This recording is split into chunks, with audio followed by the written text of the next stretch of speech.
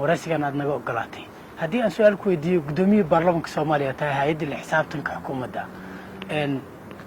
dhawaantan amniga Muqdisho aad baa looga deerinayay dilal baa ka dhacay qaraxyo joogta ka jira maadaama baarlamaanka Soomaaliyeed aad tihiin maxaa idinka hortaagan inaad la xisaabtantaan xukuumadda horta arrinta hadda ugu dambeysay oo injineer Yariiso guddoomiyihii hore ee gobolka banaadir ahaan duqa magaalada Muqdisho aadan uga xunnahay Ilaahay u naxariisto masiibay ahayd midaasi midda kale waa la socotaan gobolka banaadir ciidamo fara badan oo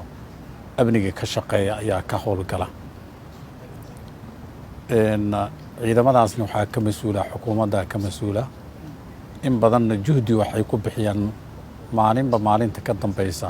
sida amniga loo hagaajin lahaa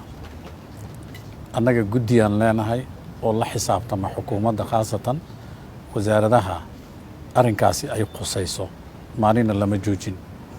guddiga difaaca jira guddiga arrimaha gudaha jira marka xisaab la'aan kama jirto oo mar walba waa la xisaabtama guddiyada ayaa la xisaabtama marka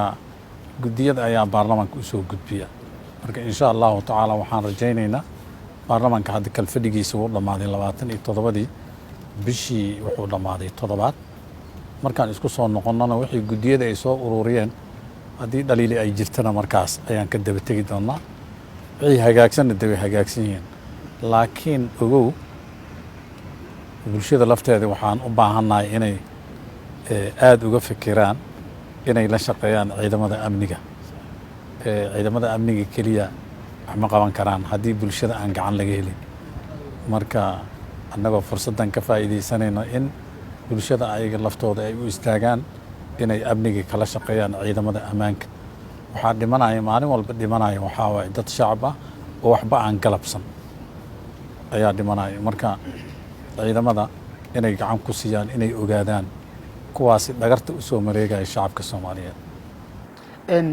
guddoomiye waxaa jirta arrin ayaan dhaxdaas ka dhacday deegaanada maamulka koonfur galbeed oo ah Roobo Abu Mansuur xukuumadda way xirtay xagee ku dambeeyay warkiisi maxkamad lama soo taagin maxay xukuumadda hadda ka damacsantahay baarlamaankan maxaa u farangelin weysa arrinkaas baarlamaanka uu ka hadlay waana laga hadlay maalin dhanaan laga hadlayay ilaa haddana waa sugaynaa arrinkaasi sida ay tahay in looga jawaabo waana ka sugaynaa ilaa hadda falkaasi meesha ka dhacay lagama aamusin annagana kama aamusnin habeenay maalin iyo habeen waa la isweydiiyaa jawaabna way imaan doontaa insha Allah haddayna maanta imaan su-aasha ugu dambaysa aan ku soo gabagabeynayo guddoomiye adoo mahadsan xukuumadda xisbiyada haatan jira sida wadajir oo kale way cabanayaan waxay leeyihiin doorasho ma dhici doonto xukuumaddana way afduubi doontaa maxaa ka leedahay eedeymahaas runtii aadan ugu faraxsanahay horta dimuqraadiyadda in la exercise gareeyo oo saaxiibkii Cabdiraxmaan Cabdishakuur keliya ma ahna dad badanaa ka hadla taas lafteeda horumar waaye in la isdhaliilo oo wixii dhaliiloo jirana markaa kadib qofka mas'uuliyaddii ay ka saaran tahay markaa inuu buraarugo marka waxay ila tahay annaga waxaan juhdi weyn ku bixinaynaa 2021 doorasho inay dhacdo waddankan 2004 doorasho dhacday 12 way dhacday 16 doorasho dadbanaa dhacday kan waxaan ku rajaweynahay inay dhacdo waana wadna hawshi guddi doorasho la sameeyay dastuurka waxaan rabnaa in sanadkan intuusan dhamaan aan gabagabayno waliba doorasho tii ka duwan aan rabnaa inaan samayno axsaabta siyaasadeed fursadaas ay ka faa'iideystaan oo ay dhacdo qof iyo codkiisi ay dhacdo marka aniga aad iyo aad ayaan u aaminsanahay doorasho inay dhici doonto insha Allah tacaala waana dhacaysaa aad iyo aad baan kaaga mahadcelinayaa mudane waqtigaaga qaaliga